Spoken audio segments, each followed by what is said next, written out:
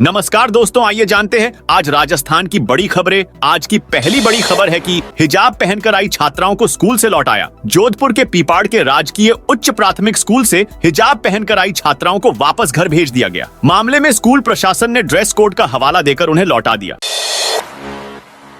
वक्फ board पर बाल मुकुंद बोले, जरूरत नहीं तो बंद करना चाहिए। जयपुर के हवा महल से विधायक बाल मुकुंद आचार्य ने कहा, कुछ चीजें ऐसी हैं जो सरकार मंत्रिमंडल से राय परामर्श की है, कुछ चीजें जो गलत हैं उसको ठीक करना चाहिए। इनकी आवश्यकता नहीं है तो उन्हें बंद कर देना चाहिए। बाल मुकुंद आचार्य ने वक्फ बोर्ड से जुड़े सवाल पर यह जवाब दिया। हवा महल विधायक शुक्रवार को एक फिल्म के प्रमोशन के लिए पहुंचे थे, जहां उन्होंने मीडिया से बात की।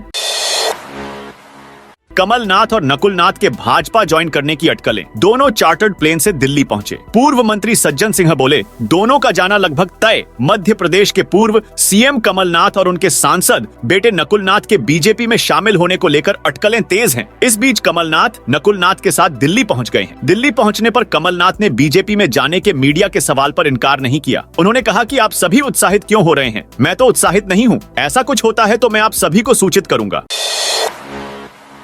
अन्नपूर्णा रसोई फर्जी कूपन मिलने पर 4 अन्नपूर्णा रसोई संचालकों पर लगाई 17 लाख की पेनल्टी। सरकार बदलते ही अन्नपूर्णा रसोई में फर्जी कूपन काटने का बड़ा मामला सामने आया है। रसाई संचालक फर्जी कूपन के जरिए सरकार को लाखों रुपए का नुकसान पहुंचा रहे थे। जांच में फर्जी कूपन सामने आने पर डीएलबी ने 4 अन्नपूर्णा रसोई संचालकों पर 17 लाख रुपए का जुर्माना लगाया है। वहीं आगे से अनियमितता मिलने पर सख्त कार्रवाई की हिदायत दी है।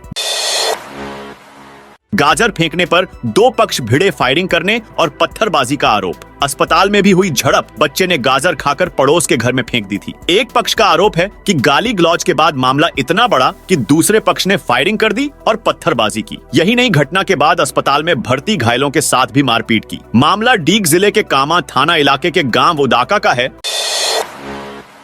रोडवेज बस से पकड़ा 100 किलो मिलावटी पनीर। अभियान के तहत रोडवेज बस से करीब 100 किलो से अधिक मिलावटी पनीर पकड़ा है। पनीर को बस से उतारकर प्रयोगशाला में जांच की तो वो अमानक पाया गया। इसके बाद मिलावटी पनीर को नष्ट करने की कार्रवाई की गई। करौली धौलपुर मार्ग स्थित कोंडर टोल नाके पर रोडवेज बस की जांच की गई। जांच में रोडवेज बस में 100 किलो से अधिक पनीर मिला है।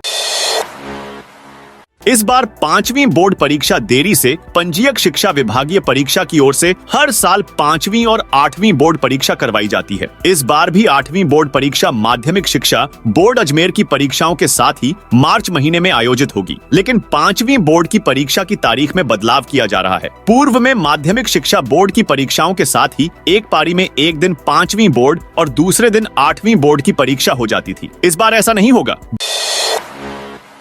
जयपुर समेत 13 जिलों में 2 दिन बारिश ओले का अलर्ट। राजस्थान में 2 दिन बारिश और ओले गिरने की आशंका है। मौसम केंद्र जयपुर ने 19 और 20 फरवरी को जयपुर समेत 13 जिलों में येलो अलर्ट जारी किया है। विभाग ने किसानों से जो कटी फसल खेतों में या खुले स्थानों पर रखी है उनको सुरक्षित स्टोरेज में रखने की अपील की है। मौसम केंद्र जयपुर ने 19 फरवरी को गंगानगर, नागौर, जोधपुर, हनुमानगढ़, चूरू, बीकानेर, सीकर, झुंझुनू, जयपुर, धौलपुर, दौसा, भरतपुर और अलवर जिलों के लिए येलो अलर्ट जारी किया है। 20 फरवरी को करौली, सवाई माधोपुर, नागौर, चूरू, सीकर, झुंझुनू, जयपुर, धौलपुर, दौसा, भरतपुर और अलवर जिलों में बारिश ओले गिरने का अलर्ट जारी किया है। भाजपा ज्वाइन करेंगे कांग्रेस के 6 से ज्यादा नेता, पूर्व मंत्री। लोकसभा चुनाव से पहले राजस्थान में बड़े स्तर पर दल बदल की तैयारी शुरू हो चुकी है। इसी के चलते भाजपा ने कांग्रेस में ऑपरेशन लोटस की तैयारी शुरू कर दी है। पहले फेज में बीजेपी की नजर प्रदेश के आदिवासी क्षेत्र पर है। ये कयास लगाया जा रहा है कि गहलोत सरकार में मंत्री रहे महेंद्रजीत सिंह मालवीय जल्द बीजेपी में शामिल होने जा रहे हैं। मालवीय बांसवाड़ा जिले की बागीदौरा से विधायक भी हैं। इसके साथ ये भी संभावना जताई जा रही है कि बीजेपी में शामिल होने की तैयारी में अकेले मालवीय ही नहीं है। कांग्रेस के आधा दर्जन नेता, पूर्व मंत्री और विधायक अलग अलग समय में बीजेपी ज्वाइन कर सकते हैं। डिजिटल करेंसी के नाम पर लाखों रुपए की ठगी। डिजिटल करेंसी के नाम पर लाखों की धोखाधड़ी का मामला सामने आया है। परिवार के ही 2 युवकों ने कपड़ा व्यापारी को झांसे में लिया और लाखों रुपए ऐंठ लिए। अब पीड़ित ने पुलिस में मामला दर्ज करवाया है। मामला सीकर जिले का है।